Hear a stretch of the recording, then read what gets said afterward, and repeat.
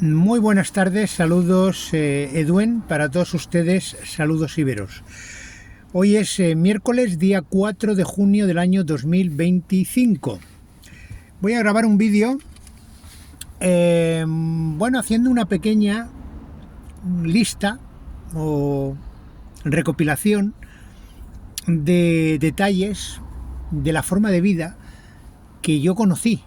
Todavía mi generación conoció. Pienso que fue la última que la conoció con esta profundidad, pues multitud de forma de vida, de las costumbres y hábitos que teníamos en nuestro mundo de los años 60, 70. Yo me crié en Barcelona, por lo tanto les hablo de la ciudad de Barcelona en los años 60 y 70. Yo nací en 1959 y llegué a Barcelona en 1961, por lo tanto tenía 2 años y me crié en Barcelona. Y conozco muy bien, porque es donde me he desarrollado y he crecido, la Barcelona de los años 60 y de los años 70 y de los años 80. Pero fundamentalmente como niño les hablo, y como jovencito en los años 60 y 70.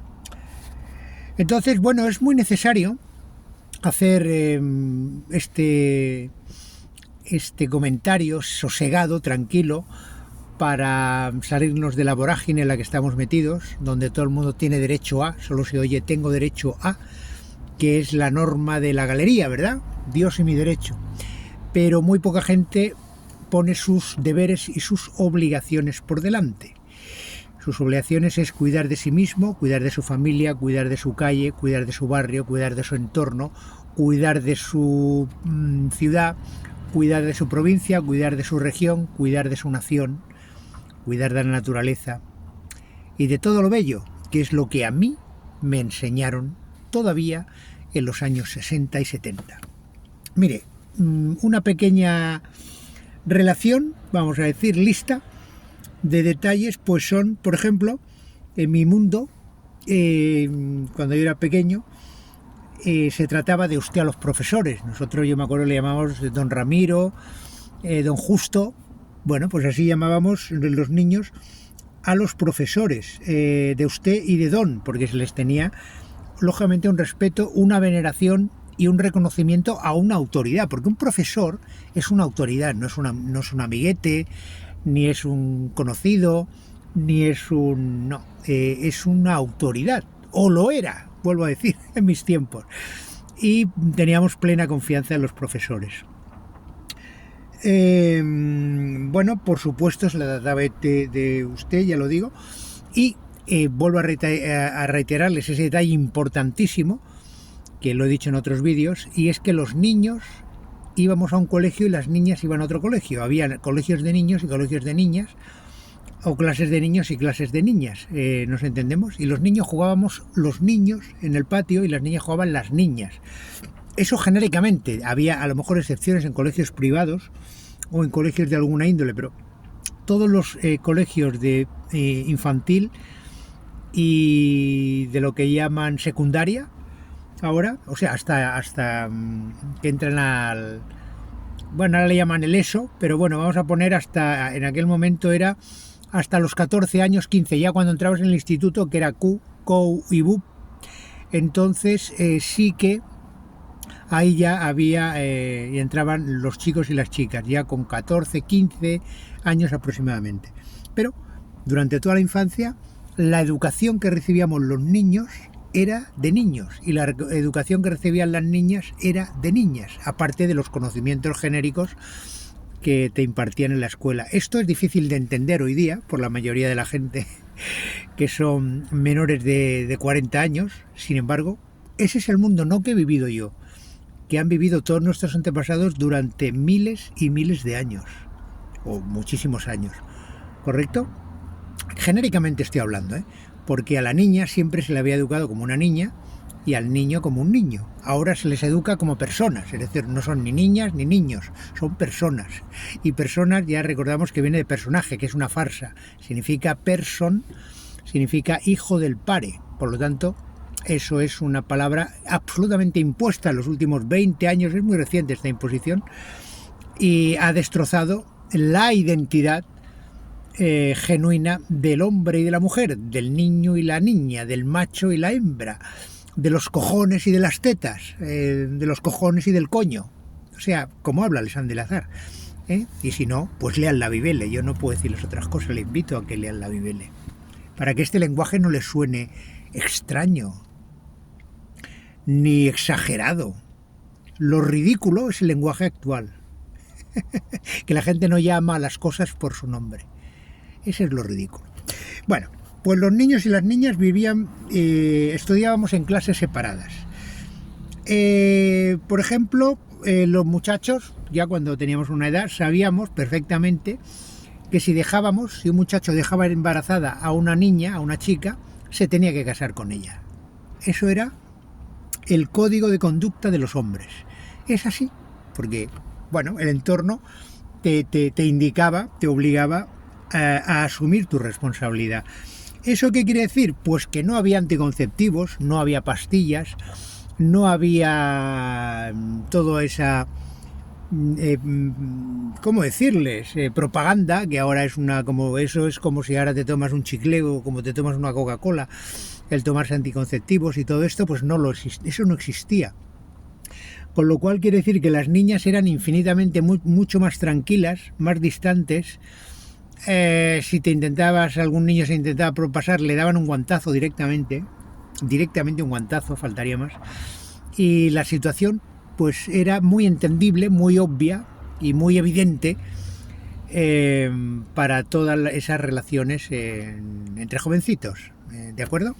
Así que eso es muy importante porque la actitud y la forma de ir creciendo sin todo esto y más de lo que voy a decir ahora, te mantenía en un estado, con perdón, pero con permiso de Dios, de pureza, de inocencia, de ingenuidad, que realmente te tenía conectado con la alegría, con la felicidad, con la ilusión, con la imaginación, con el deseo de saber que existía eso tan bonito que se llama el amor.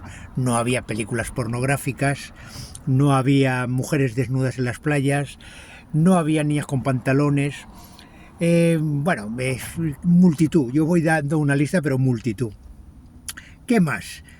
Las calles eran de los niños. Nosotros jugábamos en las calles, éramos los reyes éramos los niños y las niñas, jugábamos en las calles, nuestro barrio era nuestro, no había perros, no había gente pululando, no había gente extranjera, incluso si alguien venía y se acercaba, un hombre extraño que no conocía a nadie, o un muchacho ya de una edad, las madres enseguida llamaban a los niños para que subieran a casa. Y los chavales mayores, los que habíamos que éramos mayores, pues nos íbamos directamente. ¿Tú qué haces aquí? ¿Quién eres? Así funcionaba la ley del barrio en Barcelona, la ley de la calle. ¿Tú quién eres? ¿Desde qué barrio vienes? Y entonces pues ya el individuo lógicamente se sentía, como se tiene que sentir, intimidado, porque no tenía que estar en nuestros barrios. Eso era la ley de la calle, era la ley de la vida, de la convivencia, porque uno tiene su espacio, y ese espacio no tiene que ser intimidado ni invadido por nadie ajeno, alguien que no conozcas. Hoy, como es todo lo contrario, porque nos dice que todo el mundo somos amigos, con el buenismo barato, la gente se da abrazos con gente que seguramente son violadores, pederastras, enfermos, degenerados, ladrones. Pero bueno, cuando están ahí en el buenismo barato, que dicen, ay, vamos a darnos un abrazo, todo el mundo se da un abrazo. Y no se dan cuenta que esa energía es contaminante. Detalles. ¿Qué más? Por supuesto, no se hablaba... las calles eran nuestras hasta el punto de que nosotros organizábamos y hacíamos la hoguera de San Juan en Barcelona. La hoguera de San Juan la hacíamos los niños en Barcelona, los chavales. Y ni venía policía, ni venía bombero, ni necesitábamos permisos, ni nada de nada. Y no había accidentes, porque éramos responsables. ¿Se dan cuenta? Éramos responsables, porque nos enseñaban a ser responsables. Esa es la palabra. Les hablo de Barcelona. Qué tiempos aquellos tan maravillosos. Defendíamos nuestro territorio, como les hemos dicho, y si alguien venía y se acercaba demasiado, los chavales, pues entonces había peleas, nos peleábamos. Había guerras entre barrios y nos peleábamos, y ya está, y a pedradas o con ganchos, teníamos una serie de armas rudimentarias que hacíamos con nosotros, por decirlo de alguna manera, y nos peleábamos, y ya está, porque había que respetar el sitio de cada uno. ¿Qué más? Las madres siempre estaban vigilando, ya les digo, los balcones, siempre controlando a los niños, a las niñas, que jugáramos tranquilos, y no dejábamos que viniera alguien extraño, o por lo menos siempre estábamos muy atentos, ¿no? Éramos, evidentemente esto es un factor fundamental, todos éramos españoles, no había gente de colores, ni había gente de otro que hablaba otros idiomas, que vestía raro, éramos todos, absolutamente toda la población, el 100%, menos algunos casos exóticos, españoles y españolas. ¿Se dan cuenta? Qué bonito, ¿no? La gente que hoy es más joven dirá, oye, eso no puede ser. ¿Cómo que no puede ser? Todos españoles. Ay, qué tiempos. ¿Qué más? Por supuesto, por ejemplo, no había anticonceptivos, no había pornografía, no había bingos, no había casas de juego, no había casas de apuestas, no había casinos. Existía el respeto, la distancia, el trato. Las mujeres, ya digo, iban vestidas decentemente, con faldas. No había mujeres con pantalones. Y, por supuesto, es un dato muy importante para todos, los violadores de niños y de niñas, cuando entraban en la cárcel, que les condenaba el juez, ya sabían, esos violadores, que ya no volverían a salir de la cárcel. ¿Saben por qué? Porque los hombres, en aquel tiempo, un ladrón, un estafador, alguien que había hecho un delito, pero vamos a decir, nunca de un calibre tan degenerado como es la violación, un delito menor, para entendernos, todos esos hombres que estaban en la cárcel se encargaban de que ese individuo ya no volviera a salir. Y se tomaban la justicia del hombre, porque entonces hablábamos el lenguaje del hombre y el lenguaje de la mujer. Los hombres hablábamos como hombres y las mujeres hablaban como mujeres, no como personas. Y esa era la consecuencia de vivir como hombres y como mujeres. Como toques a la niña, a mi hermana, no sé qué, te mato o te parto la boca.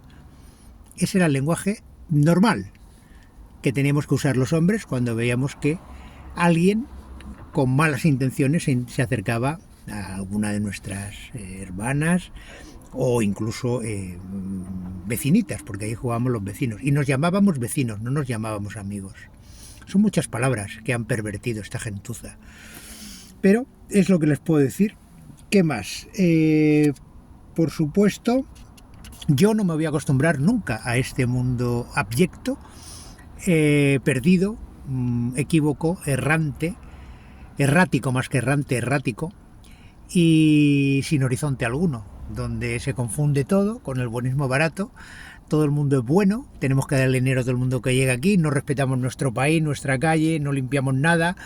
Y entonces, claro, eso ha llevado al mundo actual donde nadie, absolutamente nadie, conoce algo que mi generación sí conoció, que se llama felicidad y alegría. Aunque sea mínima, nosotros la conocimos. La alegría, la felicidad, a partir de la ingenuidad, de la inocencia, de la ilusión y de la imaginación.